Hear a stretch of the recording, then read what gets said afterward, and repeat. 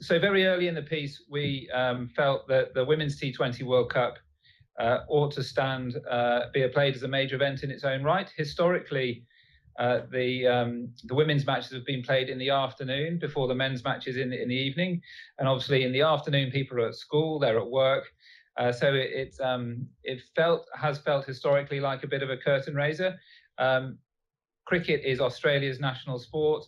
There are some the cricket is fantastic, amazing role models, and so we felt it only right that the Women's T20 World Cup should be played in its own time slot, which means the right size venues, being played in prime time under lights, and so we're playing the women's competition all around the country, culminating in the final, which is being played at the MCG, which, as you know, is the biggest cricket ground in the world. And I think everything is timing. And next year, International Women's Day falls on a Sunday, so we've been able to schedule the final of the Women's T20 World Cup on International Women's Day. It will be a fantastic World Cup. But what it does, it affords a platform to really celebrate the amazing momentum that we've seen across sport and across a whole range of sectors. So when you were talking before about vision and purpose, what is your vision and purpose? Because I said around how you're aiming for this new world record. Is that what's driving everyone forward to try and get this world record, or is it something else? I think the purpose is bigger than the world record. I think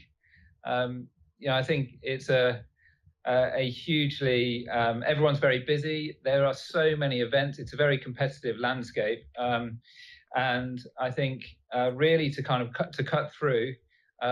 We need to do something that's never been done before, on the one hand. On the other hand, if we're playing the men's event at the MCG, then absolutely we should play the women's event at the MCG. So we're conscious that it's a bold aspiration. We only have to look back less than 10 years ago when Australia hosted the Women's Cricket World Cup, the 50-over version, and the final of that tournament was played at North Sydney Oval in front of a crowd of about 2,500 people. So we're certainly looking at a real shift.